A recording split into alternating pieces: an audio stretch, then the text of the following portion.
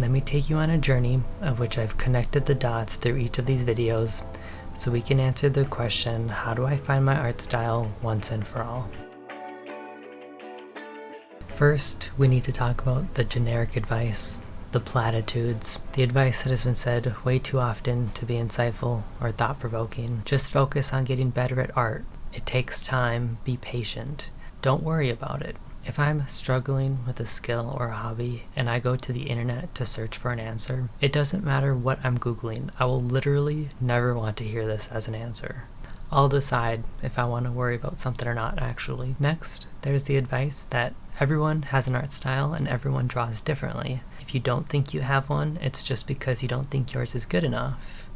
Even if you can't see it, other people will, so maybe you need to analyze your own art. Maybe by creating connections and noticing patterns in your art, you'll realize you don't need to find it at all. You probably mean to shape or develop the style you already have. Sure, this is all true, but this doesn't answer my question. A non-answer, really.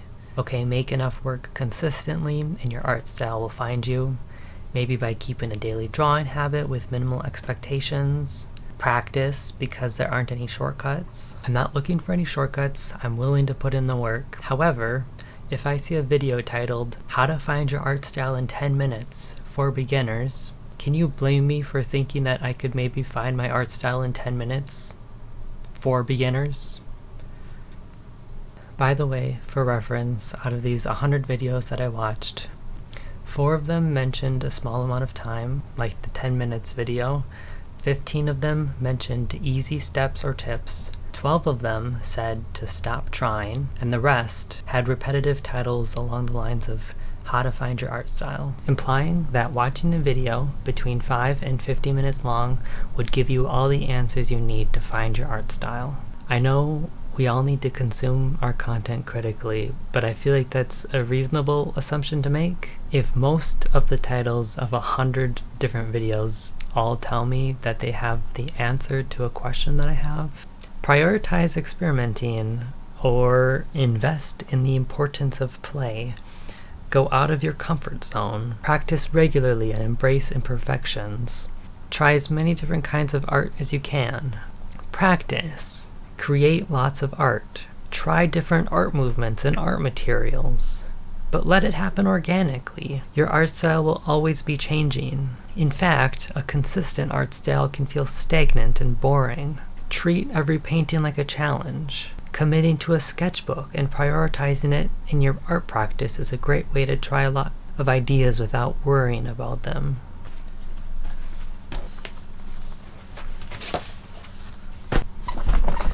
Alright, yeah, I was able to do that.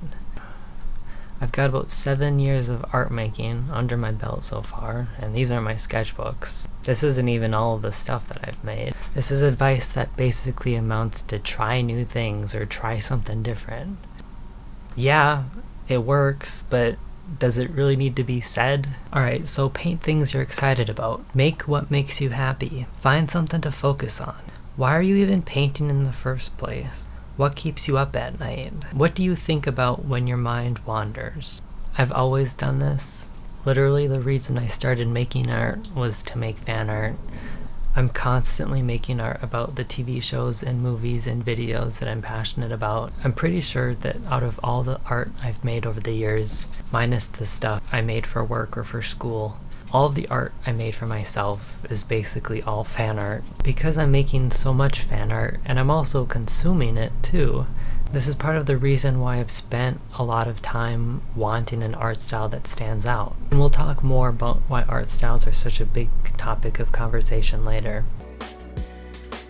For now, there's one bit of repetitive speech that showed up in a lot of these videos, was the use of metaphor in defining what an art style is.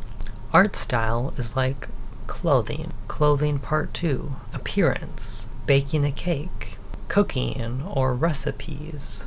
Ingredients. Plants. Laughs. Learning a language. Typecasting. Dance. Or voice, which we'll talk more about later. Just kidding, those were similes. But artists do love comparing art styles to things and or objects. Isn't it kind of interesting how all of these artists in these examples has a video and metaphor that is reflective of their art style. The ideas, topics, and suggestions that an artist talks about shows what they value in their art practice. And we'll keep seeing this as we go through the rest of the videos, but even the way they're filmed, whether it's just the artist talking to the camera, or talking over the process of a painting, or walking through years and years of sketchbooks, it all comes back to their art style. Next, I want to talk about some of the repetitive advice I noticed that doesn't work. Find inspiration by collecting ideas. Find artists to admire and copy their work. Even specifically make a list of characteristics you admire from these artists. This is usually the piece of advice that shows up first in a lot of these videos. And why is the first piece of advice to go find inspiration? I think artists already have inspiration, and it's the reason why they're asking this question in the first place. They're seeing the art they admire, and they want to feel the same way when looking at their own art. There's also the idea of admiring something versus wanting to make art like it. We look at art we admire and we are mistaking that feeling for a desire to make something similar. I think the better advice would be to not oversaturate the brain with artist inspiration. Instead, we should think about our interests outside of art, be inspired by things, broaden our sources of inspiration and remix them. This could involve creating mood boards for inspiration, even adding things like movie stills, color palettes, favorite fonts. I liked this example of being inspired by a set of socks. How do we bring these different things into our art? I think we can get inspiration from other artists, but I think we should do it in a way that's more intentional than scrolling through social media.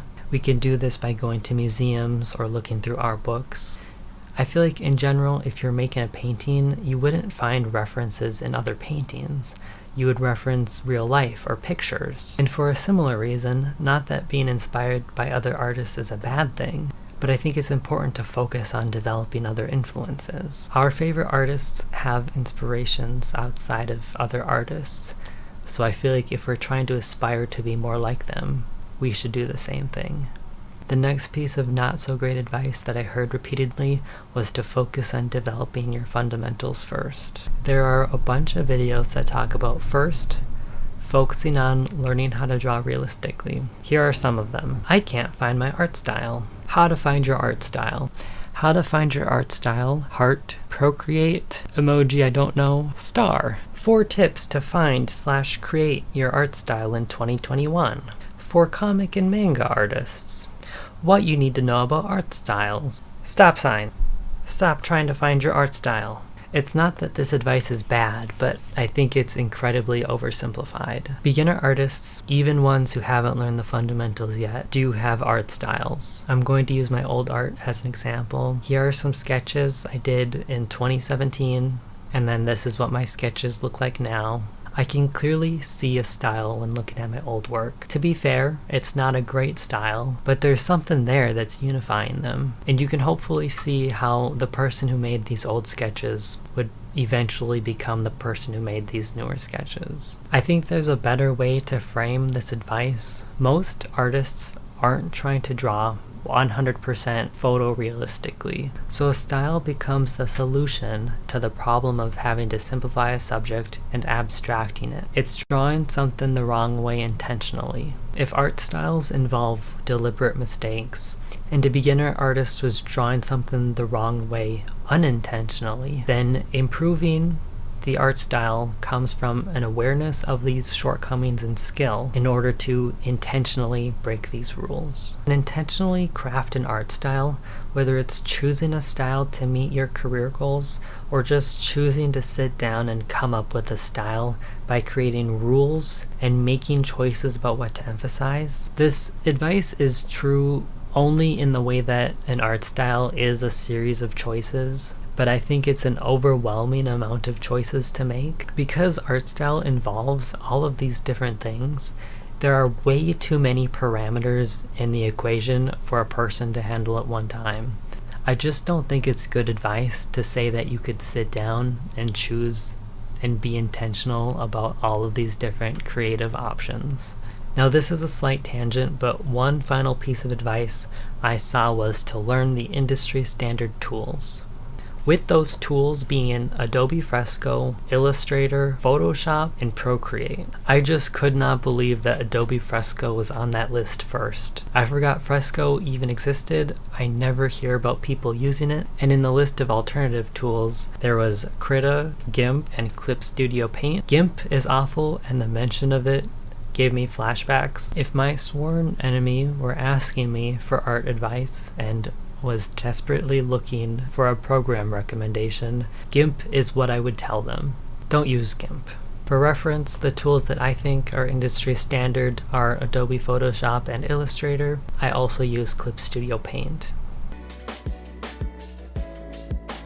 Okay, next, we need to talk about exercises. It's easy to watch a bunch of videos about art style and just hope that your art style will develop. Incorporating some exercises into your art practice was one way to have actionable steps after watching these videos. It's one thing to look at art you like and just hope it rubs off on you. Some of the more broad examples include copying other artists you like, art style studies where you break down their work, master studies, making drawings in other artists' styles. One anecdote I found particularly interesting was how Walt Disney had 4 painters paint the same tree who all prioritized different things in their paintings. 1 was the silhouette and shape of the branches, 2 was color, 3 was detail, 4 was tree as part of the environment. Here's a similar example where a teacher had students all paint the same landscape with the same color palette. And I like this idea that people can see what matters the most to you when they look at your art. From these stories, I think the exercise would be portraying a subject that's pretty simple, a subject that's been portrayed by a lot of artists already, like a tree, especially if you don't normally draw or paint trees. How would you visually represent a tree to make it recognizable as your artwork? Can you show the same priorities in what matters to you when you're making artwork of a different subject? I also liked this video, which involved a series of experiments where you change or emphasize one specific part of your art style. Whether it's shape language, graphic shapes, the combination of lines, and textured brushes. This is a video I'd recommend watching. I'll put a list of all the videos in the description, and I'll put this one as well as the other videos I would actually recommend watching up at the top. In a similar exercise, you could also choose to alter the stylization of just one feature. This one was teeth. I think it's important to acknowledge that this isn't just a one and done type of exercise. These experiments involve iteration. I never thought about it like this before, but when I was studying graphic design, so many of our assignments involved turning in a number of ideas. For a logo project, we would have to make 100 initial ideas and then turn in a number of revised ideas. And throughout the project, it would slowly narrow down before finally turning in one final logo. We were basically taught not to go with your first idea. What are the chances that after coming up with 100 ideas, your best idea is your first one? If you want an insanely difficult exercise, here's one. Find 3 different artists to reference for these 3 categories: genre, shapes, and line. It's an interesting challenge in picking very specific influences and being intentional about the way that you're combining them in a new way. But this is way too advanced for me to even think about tackling, so I won't be doing this one. You can't make me. Now to transition from art style to artistic voice in the way that it's okay to have multiple art styles. A body of work can have all sorts of different technical qualities, but might all produce a similar atmosphere. We don't need to focus on creating one specific art style. Creating a body of work, regardless of how consistent it looks, or if there are different stylistic choices, will all be unified by one artistic voice. An artist can have many different styles, but only one voice. And it's like what you draw versus how you draw. In fact, you could take it a step further and say it's even preferable to have multiple art styles. If you're planning on being a professional artist, most of the time you won't be working in your own studio. You'll need to match the studio that you're working with. Your art should adapt to working on different projects. As we said before, style is a problem-solving technique. Even if for some reason you wanted to draw 100% realistically, it's not feasible to do that, especially for bigger projects. Stylization, such as simplifying features in an animation, is a solution to that problem. Stylization can also be a solution to needing different levels of detail, or to limitations in technology, with pixel art being the most obvious example. And here's some of my art for comparison. I have a painterly style, a simplified version that I use for animation, and even a more stylized version I've used for emotes. Each of these styles presents solutions for problems I encountered in these projects. So despite these reasons why having an art style might even be detrimental to being an artist, why is there such a big conversation about art style? It seems like every artist on YouTube has made a video about this topic. I think this is because of just how many beginner artists are asking this question, or at least that's what a lot of artists in these videos said. I don't know if I can fact check that, but what I can do some math, and like the graphic designer that I am, I can make some beautiful looking graphs. I was mostly just curious if there was a connection between when these videos were released and the amount of views that they got. So this first graph shows the videos released between 2018 until now. Here's a zoomed in view with the same timeline, but I left out those outliers with more views. So these are just the videos that got under 250,000 views. I also color coded the videos based on their titles, the gray dots representing the generic titles. You can make your own observations about the data, but what I found most interesting was that the generic titles trended higher. This graph also has an overall downward trend. I also made one more graph. This is the last one. Instead of comparing views over time, this one compares the ratio of views to subscribers over time. What's weird is that this graph has more of an upward trend than the other one. So you could say that these art style videos, minus any outliers, are getting fewer views over time, and they probably peaked around 2020, but they seem to be an increasingly quote-unquote successful video for an artist on YouTube to make based on the size of their audience. So after watching all of these videos and looking for patterns, this is the conclusion that I've come up with. Having time to be worried about art style is not a luxury you should have. Not to blame everything on social media, but I do think it plays a big role in this conversation. A big part of the desire to have a good art style, especially for me, is the idea of wanting a cohesive and appealing social media feed.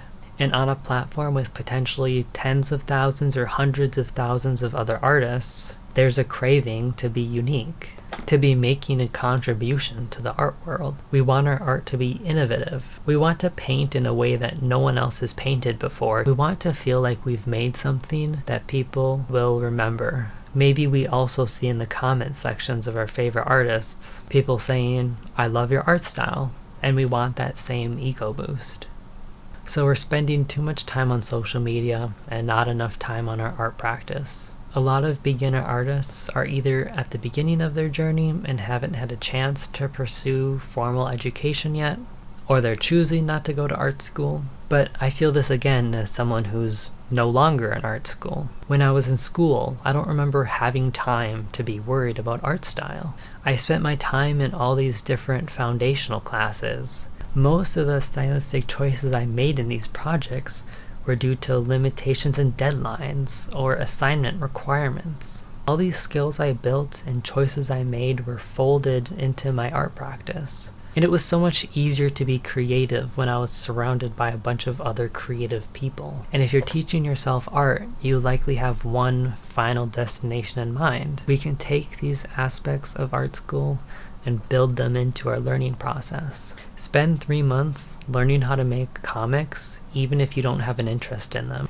like I did, and I just needed an elective that would fit into my schedule.